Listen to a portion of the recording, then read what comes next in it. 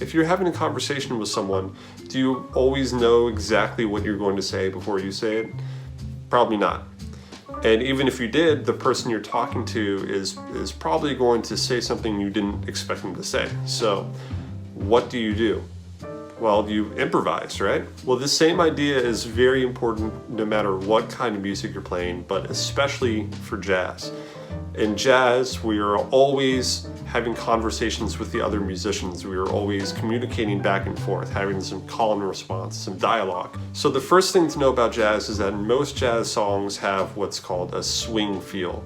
The swing feel basically means that it is triplet based, as opposed to a lot of rock music and other styles of music that are 8th note or 16th note based. The way you can tell if a piece of music has a swing feel to it is by this.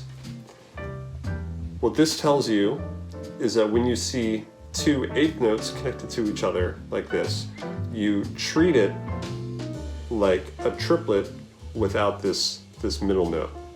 So it would sound like this. Triplet, triplet, triplet, triplet.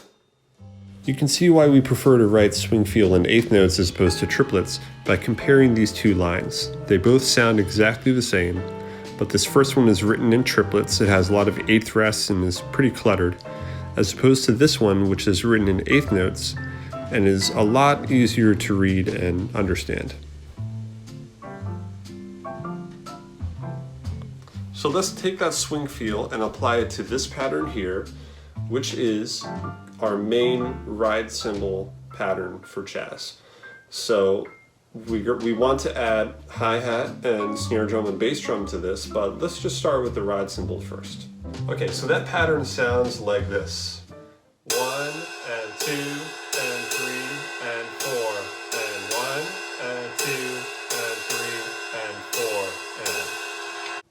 and then we're going to add the hi-hat with our left foot on beats 2 and 4. 1 and 2 and 3 and 4 and 1 and 2 and 3 and 4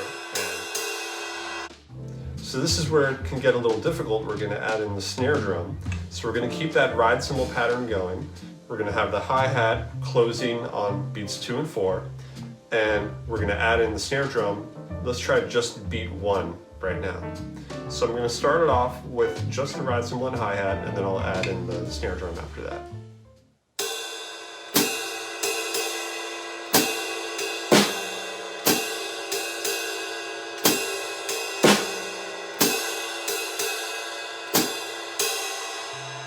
Okay, now let's move that snare drum forward by an 8th note. Let's put it on the and of 1. So same thing with the ride cymbal and hi-hat. Now we're putting the snare drum on the and of 1. Here's how that sounds.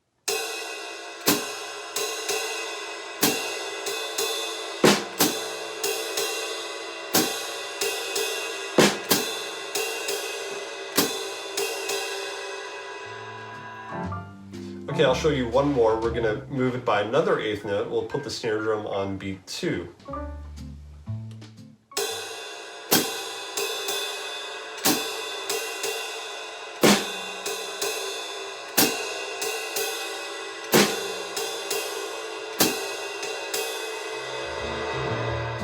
So this is a good way to start working on what's called interdependence. So you have all 4 limbs doing different things, but they're all kind of working together towards this one beat. So start on 1, go to the and of 1, 2, the and of 2, and keep moving it forward by 8th notes.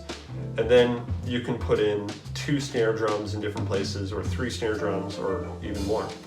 There's a great book for beginning jazz drumming that I recommend. It's called The Art of Bop Drumming by John Riley. I've had this since I was in high school. I love it. I still work out of it. It goes through all the stuff that I was just showing you, what's called comping or accompanying.